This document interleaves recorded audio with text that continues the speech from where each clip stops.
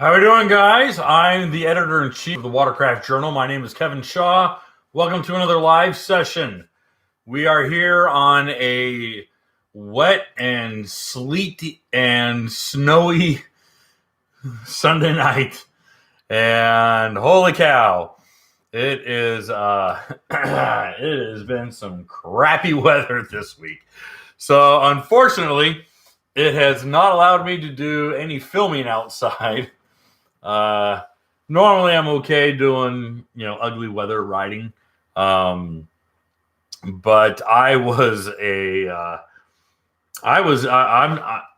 for those of you guys who missed out on last week, we're filming a little bit of a launch ramp etiquette video, which was interesting to discover that at 43 years old, I still struggled to spell the word etiquette correctly. But anyhow, my daughter was helping me out and filming some of it. And 2 days in a row, we got out there, got about 10 minutes in to filming, and it started raining on us. So I still have probably another 20, 30 minutes of filming left to do so I can edit it down to 10 minutes. And so that's going to apparently happen this week, I hope. And it'll end up being with a tripod as my kids go back to school. So anyway, that is what I got cooking up right now for a new video for us, for just for a lot of the beginners. There's a lot of people who have never owned a personal watercraft or a boat for that matter, and they simply do not know their way around a launch ramp. And because of that, they might be a little reticent to go out because being at a launch ramp can be pretty intense. And for a lot of people who are like, hey man, I'm not really comfortable with a big crowd, we're going to give you some tips and pointers. So that's the whole idea with the etiquette launch ramp video. Hey, Billy's here. Everyone say hi to Billy. Woo! All right. Other bits of news. Panhandle video got delayed a week. Obviously, it wasn't out this week, so it got delayed a week just because of the holiday with New Year's and things like that. And hopefully you guys can forgive us on that one. And then we have New Jersey colors are pretty much locked in. We're doing kind of a Pacific Ocean green, which is kind of a dirtier green. Think like the first 2 years of the Fish Pro, that kind of forest green, that darker green. And then we're going to do a really dark version. So instead of kind of a white and light blue, it's going to be more of a really dark blue and then a darker blue version. So we're going to do kind of like a real deep navy version. For you Yamaha guys who want something to match your Yamaha blue, this will be the jersey for you. We will have teasers when they are rendered and ready, but yeah, we'll have those New Jersey designs hopefully in the next week, but we'll keep you posted. This one is tonight's episode is not really a lesson. There's nothing really technical that we're going over, so it's really just kind of being a little silly. I got the laptop out and got some articles queued up. A lot of guys were asking, how do you know what's coming up and how are you able to kind of get locked in on that kind of stuff? And then there's dudes on Facebook who got their heads up their butts who are like, Kevin doesn't know what the hell he's talking about, which is fine because, it's not like I haven't been doing this for 16 years. and I haven't been, plugged into the industry. But anyhow, I typically bat about 85% when it comes to my average. Very rarely am I in the 90s. I am always happy to be in a lower percentile because that means there's innovation that I'm not seeing. And so that is always a pleasant surprise. I love being surprised. I enjoy it, especially at media reveals. And it's always a treat because they genuinely see me get excited. I still get stoked and get all jazzed on new stuff. So they can tell when they surprised me. And then they kind of grumble when they know that I kind of saw that one coming a while away. For the breakdown and we're talking about stuff that the Watercraft Journal predicted, knew about, leaked out, teased about throughout 2021 for the 2022 models. So that's kind of what we're talking about today. I did also change. I had our team manually change something when it came to the live videos. If you guys are wanting to participate in the conversation, you need to be a subscriber. We want to get those subs up. We were really hoping to hit. I think we're only like 200 people short of 18,000 subscribers. And that was something that was a big step for us, is that we really wanted to hit 18,000. We were hoping to do that before the end of the year, just as kind of a goalpost. But the big thing for us now is to hit 20,000. And I really want us to hit 20,000 like fast, like by the end of this month. And we talked a couple months ago, actually, about all the gifts and all the prizes that we have lined up for all of you. And we're going to do a top 10. We're going to do 10 people. We're just going to randomly grab 10 people, whether you're an old subscriber, a new subscriber, you've been a subscriber for 2 minutes, it doesn't matter.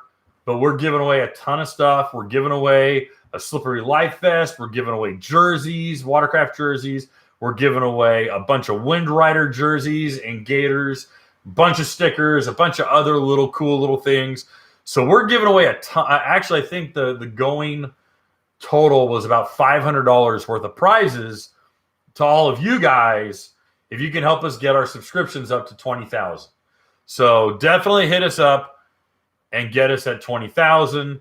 And one of the steps we're doing that is by making the chat and super chat session to the subscribers. And thankfully, all it takes is hit that subscribe button and ring that little bell, and you can make a comment, okay? Or you can ask a question or whatever you want.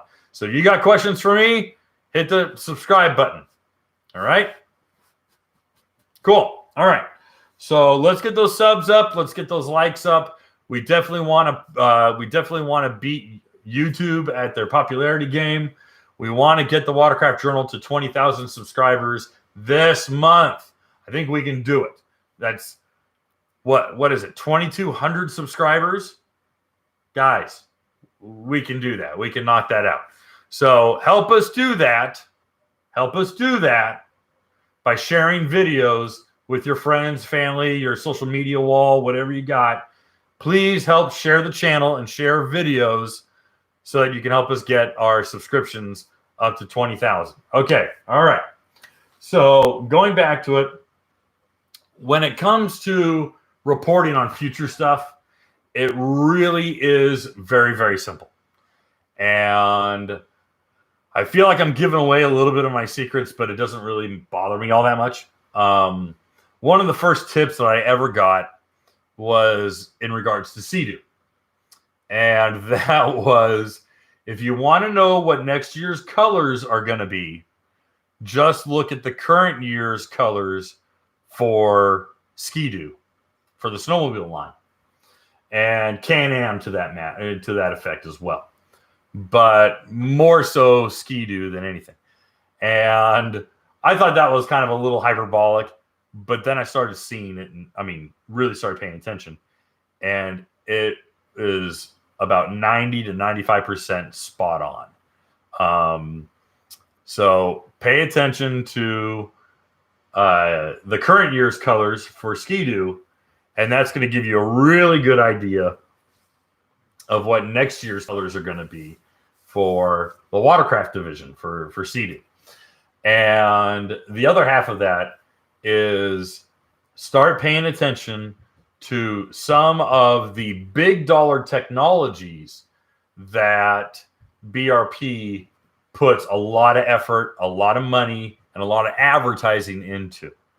More often than not, that technology, if it doesn't already exist in Watercraft, is going to end up in Watercraft pretty quickly.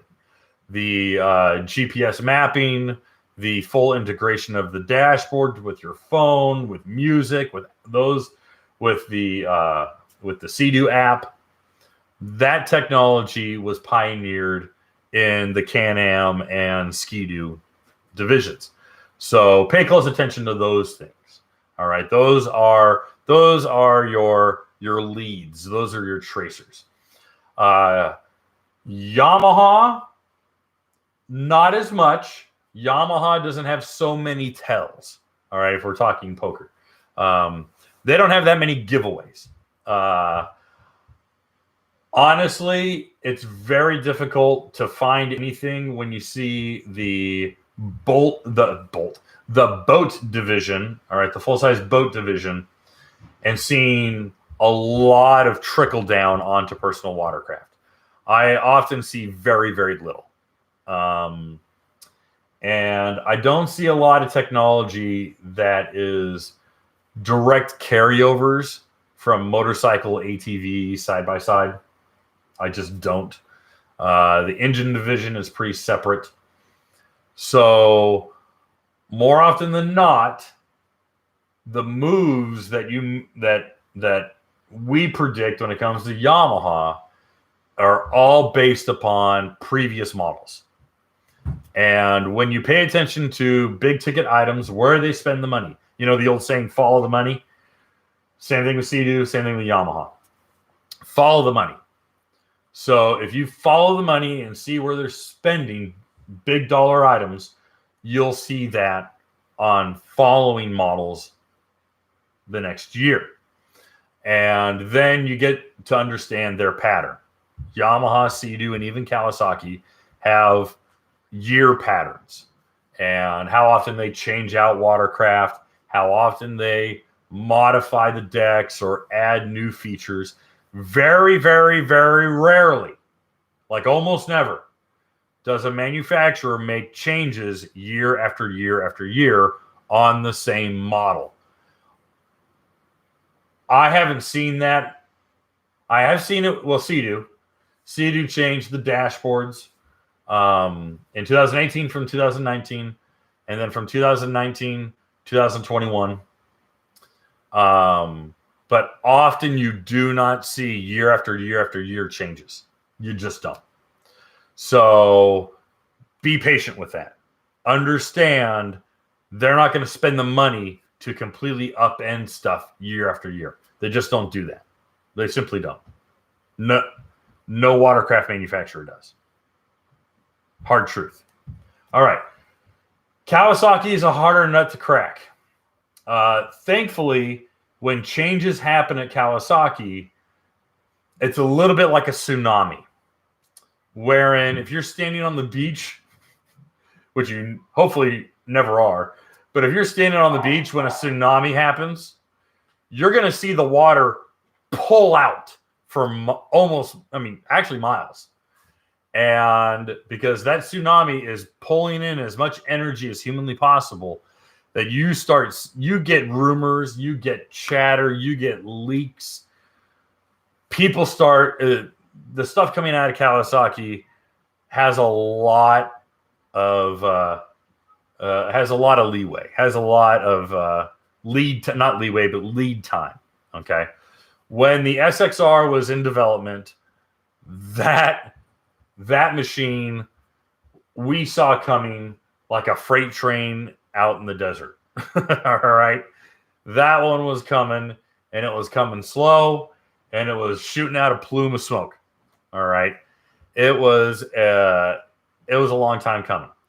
Now, there were last minute rumors that caught me off guard and that were trying to switch things up.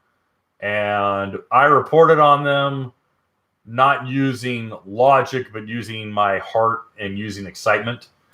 And that bit us because they did go with the 1500, the very heavy 1500 engine that was, naturally aspirated, 224 pounds, fully dressed. Just, what we were hoping against. But regardless, that SXR 1500 we knew was coming, and we knew it was coming from a long way around. So the big stuff when it came to this year's predictions were really nothing earth-shattering. Now, mind you, well, at least for us, we had enough lead time. We saw a lot of stuff coming. The other half of it is that there was stuff that I was very happy to be surprised about.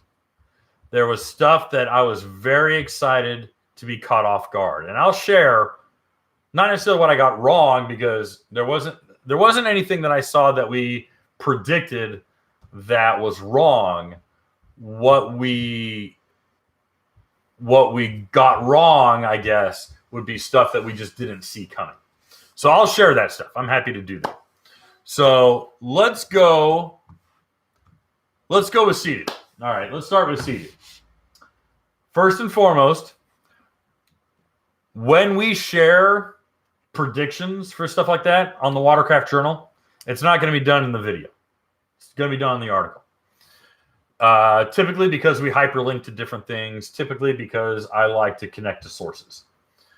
The other half of it is that when I do, we write it underneath the heading. Actually, it's right here. Is vicious rumors and vile gossip. It's meant to be tongue-in-cheek. It's meant to be fun. All right.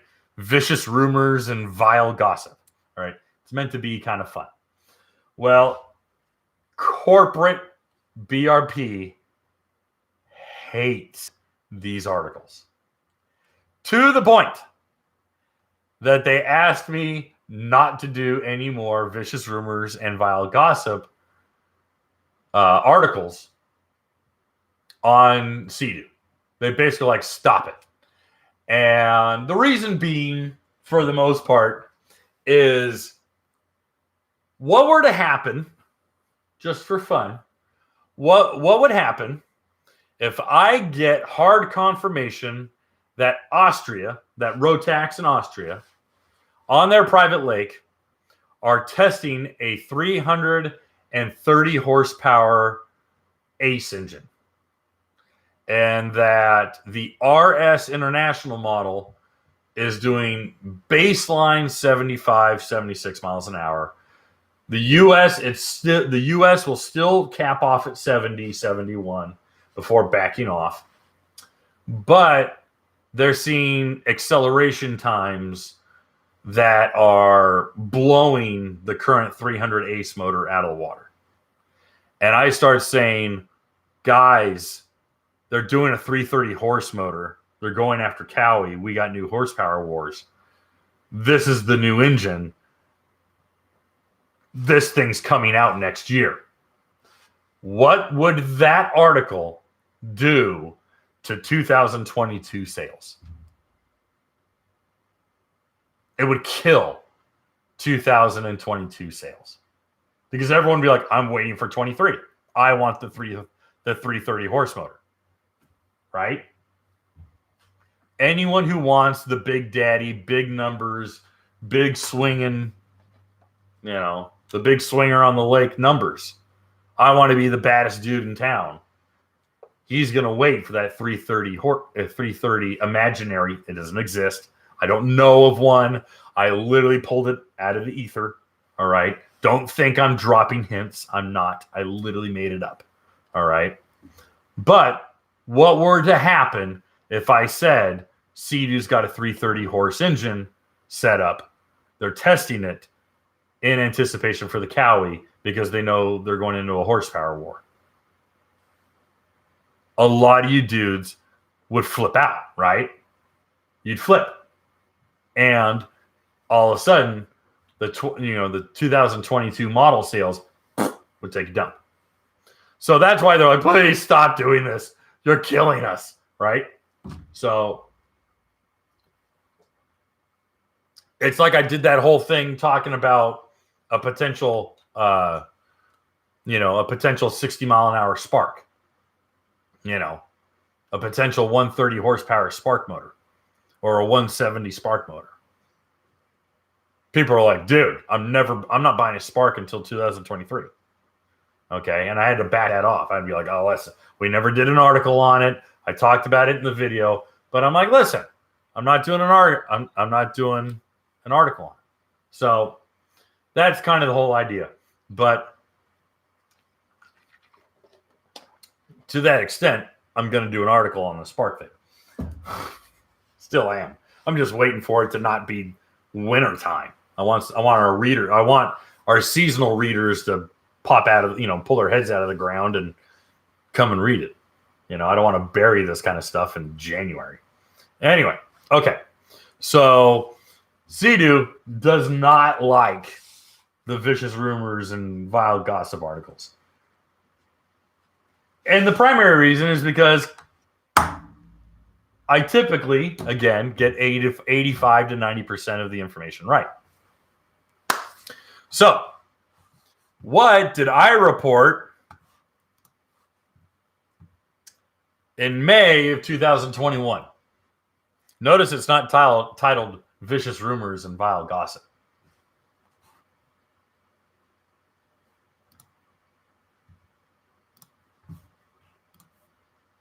Oh, tiny little picture. Wonder if I can zoom in on it.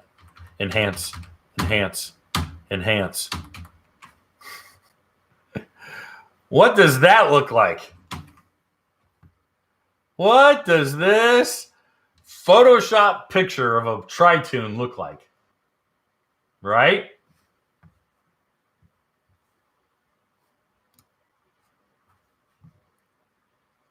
Could this rendering hint at a future BRP pontoon boat? At the time, we had no reason to believe they were going to call it Sea-Doo. We thought they would have a different name for it because Sea-Doo has acquired a lot of different names, a lot of different brands, a Manitou or Manitou. I don't know, it's French. Illumicraft.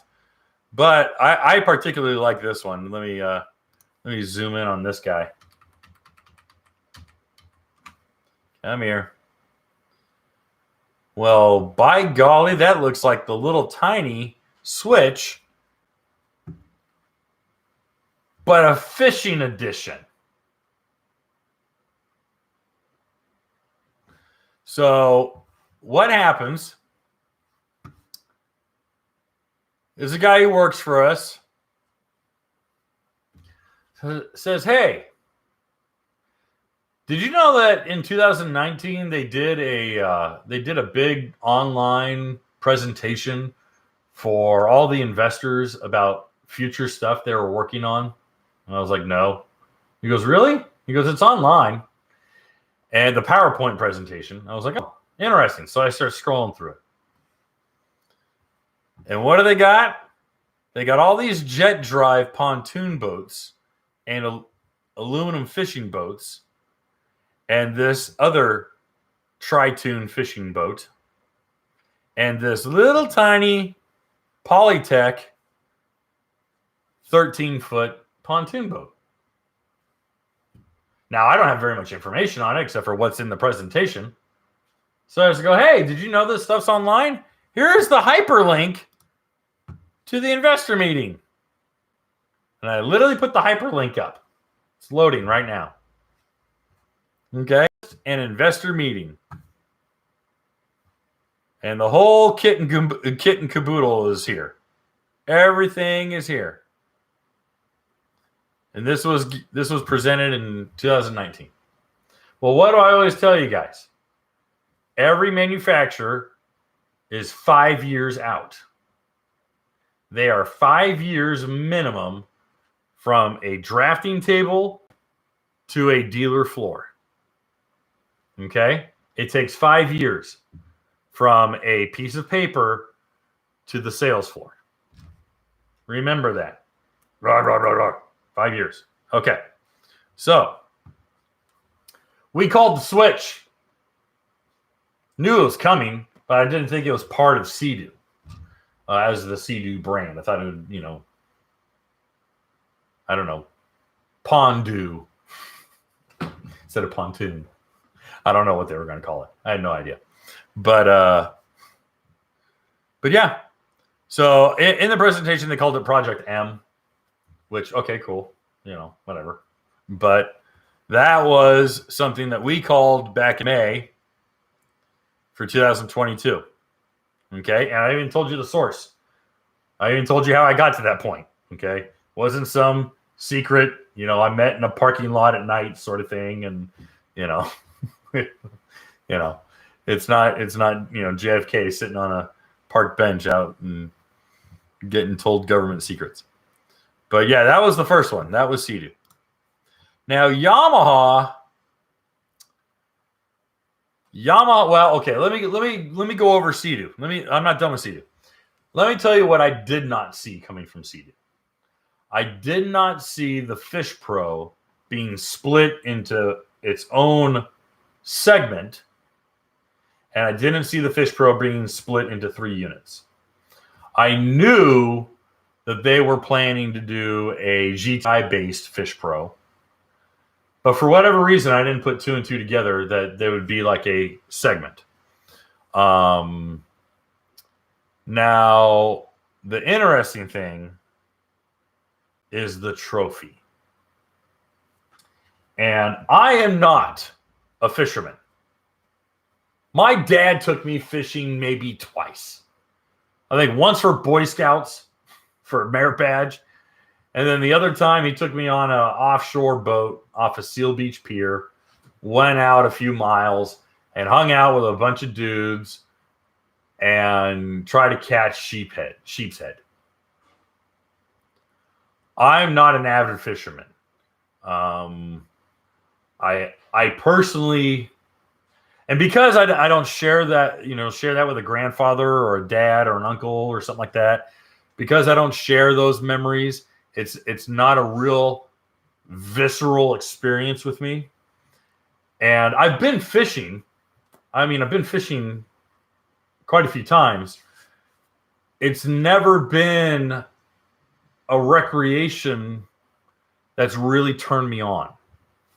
But all that being said, personally,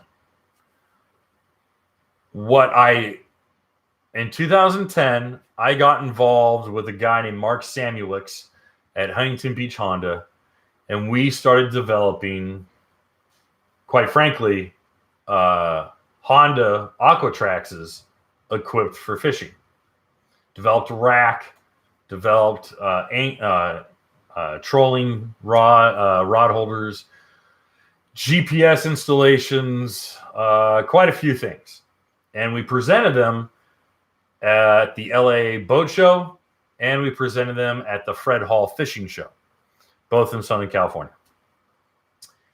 And both shows, we were swarmed. It was crazy. That being said, I had to go off and I went back to another part of my career. Honda eventually pulled out of personal watercraft. Things didn't work out. But jet ski fishing, personal watercraft fishing, has always been near and dear to my heart because of that experience. And I knew persons at Sea-Doo were emotionally invested in PWC fishing, and that they were engaged in it. And in 2016, or no, it was 2015, I had a very lengthy conversation with the brand manager, and in fact, quite a few people at corporate, and detailed persons and shows and YouTube channels in New Zealand and Australia that they needed to pay attention to. Andrew Hill was one of those. Well, Andrew Hill is now not only an ambassador, but Andrew Hill is a major resource when it comes to developing product. And Andrew Hill, the New Zealand PWC fisherman, was hand in glove instrumental in developing the trophy. I want to explain, or I want to emphasize how groundbreaking the trophy really is. This is not kissing Sea-Doo's butt. This is not meant to butter anyone up. But I'm going to tell you, as a non-fisherman, but understanding how much money Sea-Doo spent in development of product, the trophy is a huge deal. The trophy's a huge deal.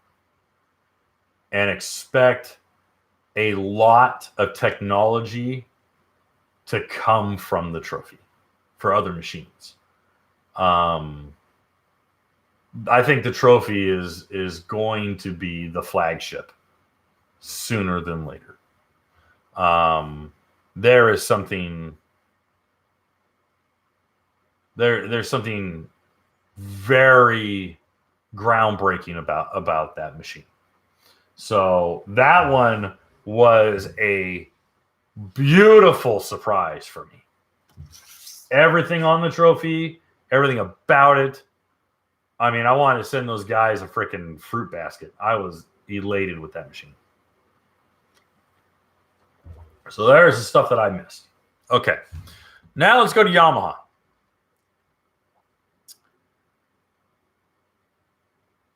The one thing that I emphasized in 2020, or for the 2021 model lineup, was that knowing Yamaha, everything you saw that was changed for the 2021 VX and GP to a lesser degree, but mainly the VX series, would eventually end up on the FX. And that was primarily going to be resculpting the seats, improving the ergonomics dashboard, and then the primary thing was the sound system. The sound system that was on the VXs will eventually end up on the FX. And every guy who saw the 2021 VX started screaming, "Why can't I put it on now?" I was like, oh my gosh. Because they want you to buy a new ski. Their job is to sell Watercraft. They want you to trade yours in, whatever 19 or 20 or 21 you've got, and they want you to trade it in for 2022. That is their goal. All right. And these guys are just screaming, throwing temper tantrums. Why can't I put the VX sound system on the FX? Because it's going to end up on the FX next year. Figure this one out. All right. It's not hard. So the sound system easily happened. Improvements to the Yamaha Connect system made sense. Changes to the seat and to the ergonomics, just like the FX and the GPs. So those things made sense. Click, click, click, click, click. The one thing that, the one I didn't report on this primarily because I really bit my tongue and I kind of didn't want to believe it, was I was told they were bringing the Wave Blaster name back.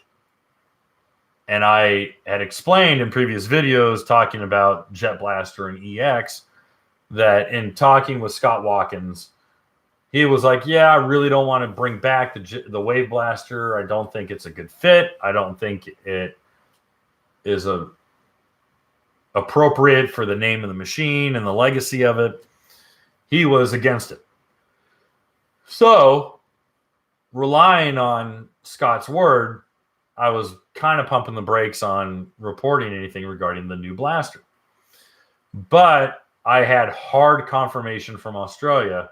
Yes, there's a bright blue jet blaster showing up, and it's a new EX. I was like, oh, okay. I did not know it took the place of the EXR. So I didn't report on it, but had I reported on it, I would have been wrong about the EXR and the jet blaster. Fair enough. But the one thing I did not know, the one thing I did not know was that the FX series were going back to fiberglass hulls. And interestingly enough, and I've told this multiple times, but interestingly enough, Yamaha was not forthright in letting us know that they were changing the hulls to fiberglass. They were very happy to let us know that the ride plate changed, that the sponsons had been moved up almost 2 inches, that changes had been made to ride characteristics, to cornering characteristics, which are all wins. These are all great things. These are great changes. But the hull material change was a massive deal that they kind of didn't want to let anyone know about until I alone started grilling the brand manager. And when he said, well, yeah, the material changed. I go, what do you mean the material changed? He says, yeah, they're all FMC fiberglass. I grabbed Jerry Gaddis and dragged him over, and I said, you need to hear what this man just said. And that was the shot heard around the world and what has propelled a lot of people. Notice, once you pay attention, who else reported on it? Who else reported that the hulls were fiberglass? Wasn't Boating Magazine. They regurgitated that. They just barfed out the factory talking points. Wasn't Pro Rider. They do the exact same thing. Wasn't anyone else. It was Jerry and I. And then magazines and other outlets started doing follow-ups because they're like, hey, is this true? And they go, yeah, it's true. And they go, well, what the hell? Well, we didn't put it in the presser. Interesting. You're welcome. Be glad this stupid Ginger and Green Hulk are around. You wouldn't know anything because no one would tell you anything. All right. So that was Yamaha. Absolute great surprise, pleasant surprise was the ride plate, the sponsons, and the new hull. Hull material, not the hull shape. Hull shape's flawless. It's not flawless, but the hull shape's really good. So that was what we called out for 2022 for Yamaha. Not huge stuff, but some stuff. I mean, again, I would be wrong on my reporting of the Jet Blaster had I leaked it out, but it was one of those things where I'm like, you know what? I don't have enough I don't have enough hard confirmation that I'm confident in reporting on. When I report on stuff, I typically have it pretty dialed. Like pretty dialed. So speaking of super dialed, let's do Kawasaki. Kawasaki got me, I would give myself a 60% on Kawasaki. Maybe 65. More other people would give me a 90 on Kawasaki. Because what did I call on Kawi? All right. Let's talk about what stuff would change. Or excuse me, what stuff wouldn't change. Powertrain was going to stay the same. Hull was going to stay the same. Sponsons and ride plate intake rate were going to stay the same. Pump was going to stay the same. Engine management control.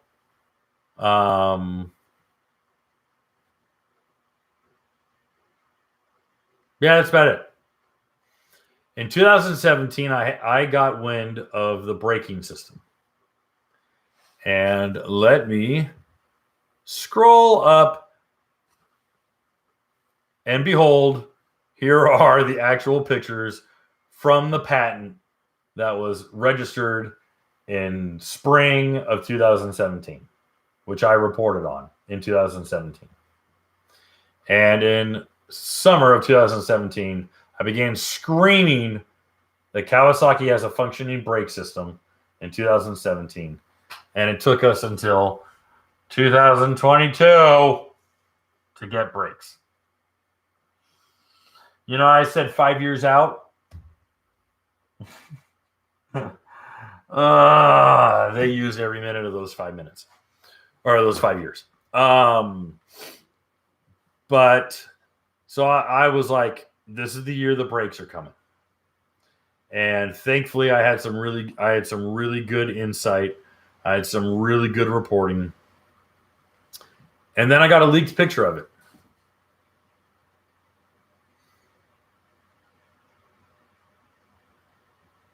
And let's bring up the leaked picture.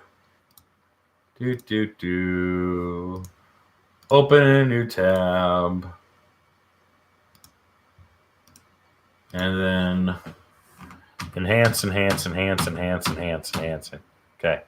Let's do one more. Why not? Super grainy, super low quality picture. But I got that picture. And people tried to tell me it was the STX. I said, no, it's not. Ramp of the hood's not right. Position of the handlebars don't seem right. I don't believe you. And then I started looking at the bond rail, and I was like, no, that's an Ultra. That is an Ultra. And people try to tell me one way, and I wouldn't believe them. To the point that I even did this goofy picture.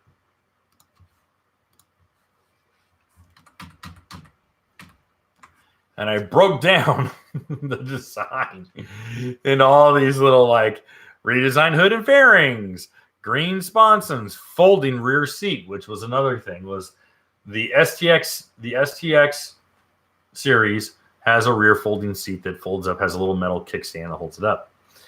And that design was going to be carried over onto the Ultra. I knew that. So that was an obvious one.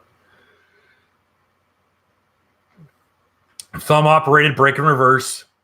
The real skinny STX bars and review mirrors. The other thing was it was going to have a waterproof case for the phone. So all this stuff was kind of adding up. And then I was told that they're going to do a total redesign of the deck. And I said, okay, that's great. And I knew they were going to lower the center of gravity, but I didn't know they were going to lower it 3 inches. That's considerable. That really improves the center of gravity of this new Ultra. But okay, yeah, here's the design for the seat. Seat folds up, blah blah blah. Here's a picture of the. Oh no, they don't have the seat up. They have the hood open. Okay, whatever. Yeah, that's the original picture of the draft or their Photoshop designs. You know, they're not actual pictures; they're Photoshop designs. Of what the new Ultra would look like. So, all that being said, the biggest things that I missed on the Ultra was the extended deck, because there's now a deck extension, and that was something else that I missed on Yamaha. Totally. Oh no. We knew that there was going to be a Fish Pro competitor, but that it was going to be done through the accessories catalog. What I did not know was the rec deck extension. I had no idea the rec deck was coming. What we did know was that there was going to be a package, an accessories package that you could put on the FX that would make your FX kind of a quantified Fish Pro. So that was kind of a soft fail on my end. I'll take the hit. With Cowie, we had no idea they were going to do a deck extension or they were going to do a cargo rack system.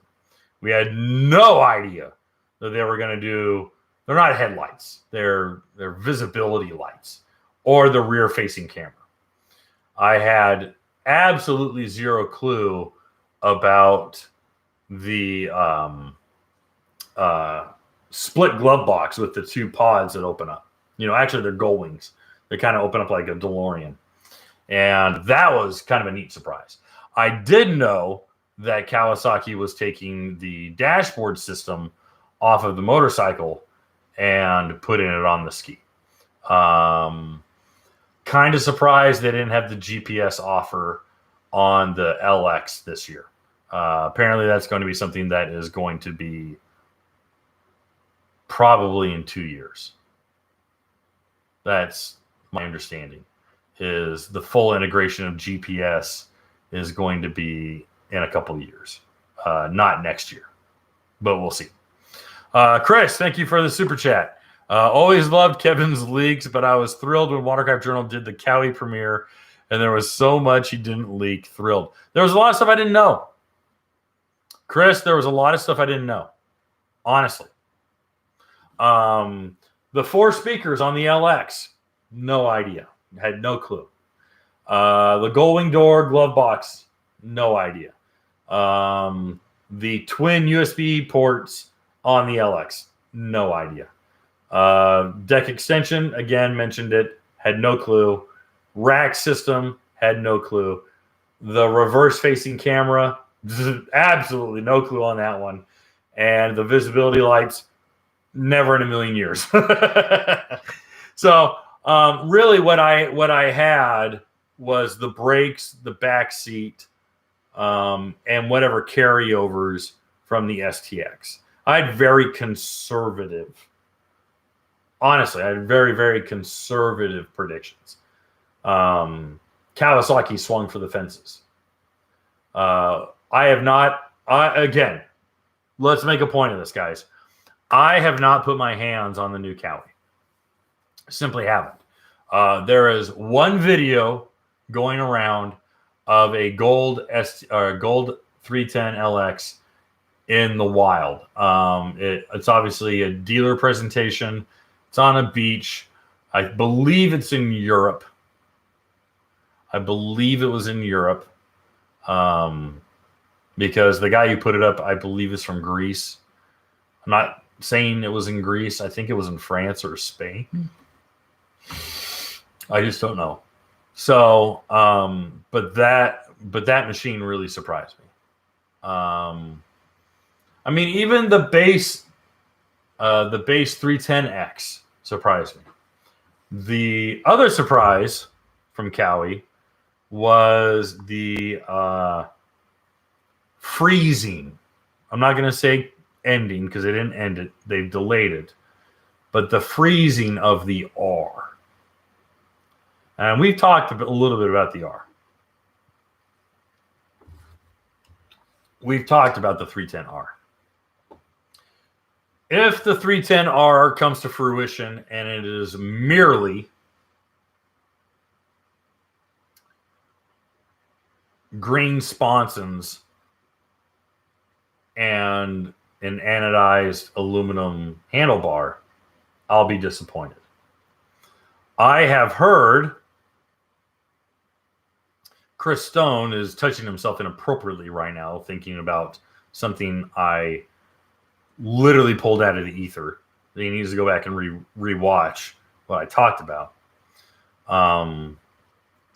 But I did explain that if there is, in fact, a horsepower war, Kawasaki has, and I've been told this by 2 different sources on different sides of the planet, that Kawasaki has the RR, double R moniker, which they have for their motorcycles, in preparation for we have a 310, but what if Sea-Doo comes up with a 315? Well, there's potential of a 330. All it takes is literally a supercharger wheel. and a tune, really. The injectors can handle it. The fuel injection system can handle it. But I'll buy a 400 RR. They'll never be sold in the U.S. They'll never be sold in the U.S. because Cowie can't curb that. Cowie can't get that thing to not do 77 miles an hour. Now, here's another thing I missed out on Cowie that I, again, didn't know. Was the drive options. The sport, standard, and reduced or learning. I didn't see those coming. And that was something kind of cool that I liked. RRRSP Fireblade. Too many R's. Jason, I'm telling you, I want to do a whole video on what Watercraft. You know what? I could talk about it right now. Okay. You know what? I'm going to take a tangent, guys, because I want to share this. So, back in 2007, fall of 2007, I'm invited to come out to the Sea-Doo 2008 press event where the new X Series 255 watercraft are going to be introduced. The RXPX 255 and the RXTX 255. And I'm sitting down with Tim McKercher and I can't remember the other guy's name. And I said, I cannot take any more alphabet soup. I cannot take any more STX 15Fs, STX 12F, RXPX 215, or RXP 215, RXPX 255, RXT 215, RXTX 255, GTX, blah, blah, blah. I'm like, it's all alphabet soup. There's no names. I said, Cowie at least has the word ultra, and they tell you how much horsepower it makes. And he laughed and he goes, yeah, I know. I get what you're saying. And I was like, I get like when it was two initials, like a GP or a GT or an XP or something like that. And he laughed. And I was like, what happened to cool names? I'm like, old muscle cars had names. They're named after animals or named after, cool adjectives or weapons of war, And he's like, oh, really? Oh, yeah, like a javelin, that's a weapon of war, or a Mustang, or a, Super Cobra Jet Mustang, which I think is hilarious because you have two different animals. It's a snake horse, but, or a Charger or a Barracuda, or, those are cool names. They have cool names. And, GTO had the Judge. I was like, these cars need to have cool names, man. And he laughed and he says, well, the three-seater GTX / RXTX, he says, actually everything has a name inside of BRP before it's rolled out. I go, really? He goes, well, yeah, the three-seater GTX RXTX is called the Phoenix platform. I was like, call it the Phoenix. That's cool.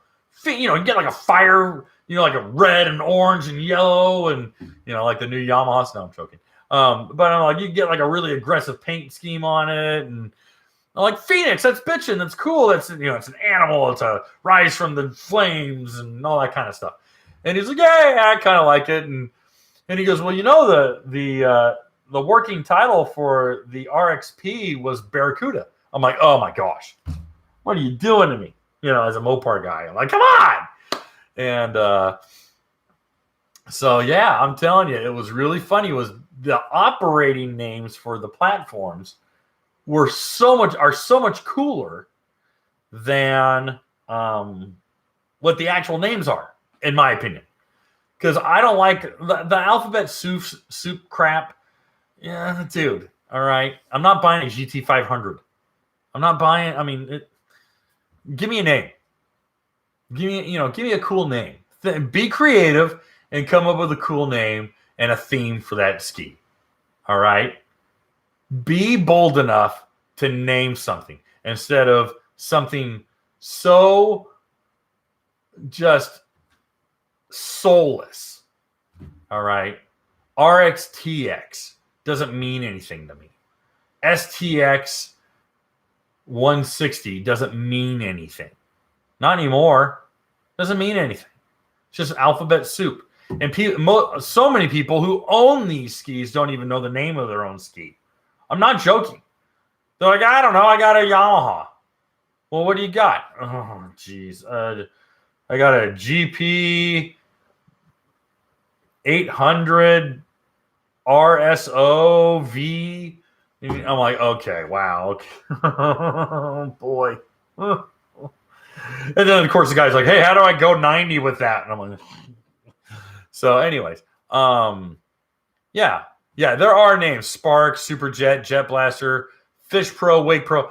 Fish Pro and Wake Pro, okay, I mean, I'll give you that, but boy, that's kind of soulless. But give us something fun, man. Give us something fun.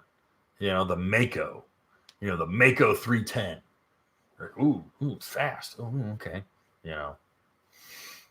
Wow, the Orca. Orca, I know the electric company wants to use Orca. And it's like, dude, it's an electric spark. There's nothing less killer whale about a spark that's electric and silent, that goes 28 miles an hour for half an hour. Something named Orca needs to be a murder machine. That's my opinion. All right. So, anyways, that was pretty much everything that we predicted for kilometers per hour. Yeah, well, they suckered me on that one, Jason. I'll own it. They absolutely suckered me on that one. That really sucked. So, I guess let's go through the comments because I'm pretty much done. Otherwise, this is going to be a short one. And all right. Happy New Year, everyone. I'm sorry I didn't start with that. Happy New Year, guys. All righty. Let's see here. Hey, can we get the likes up to at least 50? We don't have a big crowd for tonight, but let's get the likes up to 50. If you haven't already hit that like button, why don't you hit that little button? All right.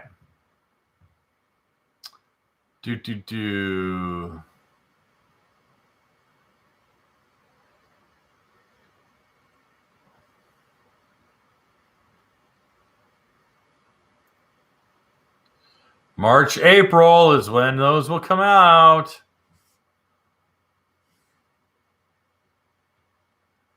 Supply chain issues. Currently, there's been some Sea-Doos arriving with delays on the dashboards. But as far as Yamahas, they're simply not letting the machine, at least the SVHOs, out. Though I have seen some SVHOs popping up at dealers. So it's a slow trickle. It's a very gentle trickle coming out of SVHOs. All right.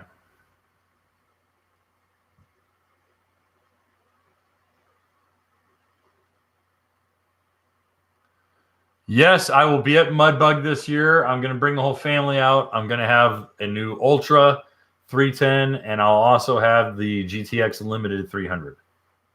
For those of you who are asking, yes, I will be at Mudbug, which typically lands on my birthday weekend in June, which is the second weekend in June. All right.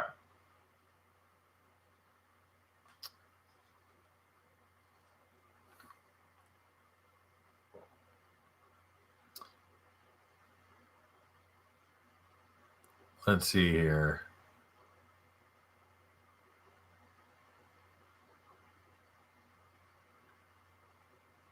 Smallest switch won't. The smallest switch won't fit in my one-car garage. That's why I want a Fish Pro trophy. It'll fit. All right.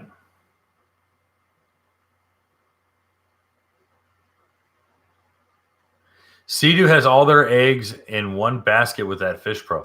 Not at all. What do you mean all their eggs in one basket?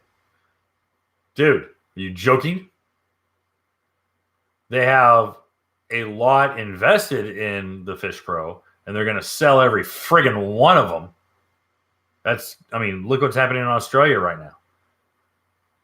All of the trophies, in fact, most all the Fish Pros have been sent to Australia. But all their eggs in one basket? No, that means that they're gambling, and they're not gambling. There's no gamble. Every RX PX is going to sell. Every RX TX 300 is going to sell. Every GTX Limited 300 is going to sell. Every GTX 300 is going to sell. And they're going to sell every black one, and they're going to sell every green one. They're going to sell every damn one. And the reality is that Yamaha is going to sell every unit they got, and Cowie will sell every Ultra they build. STXs, maybe not so much, but because they don't have brakes. But Ultras, they're going to be gone. Every SVHO powered Yamaha, gone. Every FXHO, gone. You're going to sell every one of them. Guys, hang on tight. This year is going to be tight. This year is going to be tight. And right now, they're predicting some really bad news for late spring into summer in regards to the value of the dollar. I'm not trying to be black pill, real negative here, but I strongly suggest getting at minimum 3 to 6 months of food storage, getting a generator that you can run in your backyard and hook up your refrigerator to with an extension cord, because there's going to be rolling blackouts and there's going to be food shortages. And if I'm wrong, you got extra food. And if I'm wrong, you got a generator. You can have a party. But I'm real nervous about this year.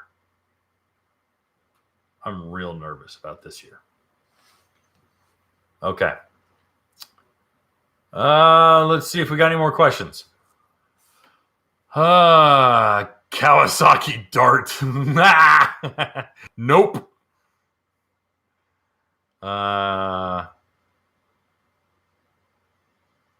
Will Kawasaki invite you to test out the new Ultra? Yes.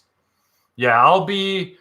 The plan is to have me out there either out in California, of course, late January or early February. The date has not been locked in yet because of supply.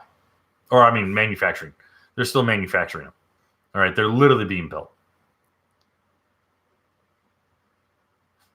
Let's see. I want to get the rec deck for the FX SVHO, but 2020. Will my Yamaha cover fit with it on? No. Why would you think that? Your Yamaha cover is pretty tight, right? Why would you think it would fit with another, 3 feet on the end of your ski? Well, it's not 3 feet on coming off the end of it. It's 18 inches. What makes you think it would fit? No, it's not going to fit.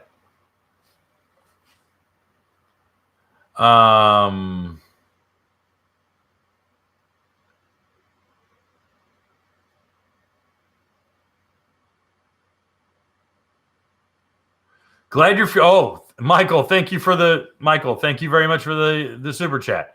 He writes, glad you're feeling better. I got it a second time right now, so I'm stuck at home again, doing research and still can't make up my mind on what to go after this year. Thanks for the live streams. My pleasure. All right. Well, I don't have any more questions or super chats. So if that's the case, we're going to make this one a short one. I noticed that we got a lot less viewership, but we did get to 58 likes. So thank you very much, guys. I don't know if it's because of just being New Year's or if it's that we had the setting for comments being only for subscribers, but we're going to keep it at, if you want to leave a question, you have to be a subscriber to the channel. And we're going to leave that for a few more weeks, and we're going to see how that works. And if it's just kind of hurting us, then we'll take it off. But everyone should be able to view it. So, we got a question. Chris Wood writes, "Hi, Kevin. Is the can-do system good enough for the backyard mechanic to reset maintenance codes and other fault codes?" Oh, yeah, very much so. In fact, we did, if you go to watercraftjournal.com, we did a press release on a can-do compliant system. And it's very affordable, very easy to get your hands on. There's a lot of different people selling it, so you don't have to go to the store that we suggested. But if you just take the name and Google search it, you'll be able to find that plug-and-play system. So good question, Chris. Thank you for asking. Titans and Bucks Super Bowl in Louisiana. I don't follow either, so don't really care. All right, guys. Well, this was fun. It was brief, which is nice. We're going to have a good week. Make sure to check us out throughout the week. We're going to have, obviously, the quick topic, the short little 3, 4, 5-minute videos. And then we do plan on having the video from the Panhandle ride that we did. Additionally, I'm working on a draft for just recapping the Battle Back to Nolans ride that Billy Duplessis, who's here with everyone, and Ricky Johnson, that they captained in for me while I was sick in bed. So I'm very grateful to Billy and Ricky, who led the group, and everyone seemed to have a really good time. They did over 240 miles and got to see some really cool stuff. And they kept you out on the water till sunset. really made you get your money's worth. So that's good news. So those articles and videos will be out this week, hopefully, and we will have that. All right. Thank you again, guys. Have a good night, and we'll talk soon.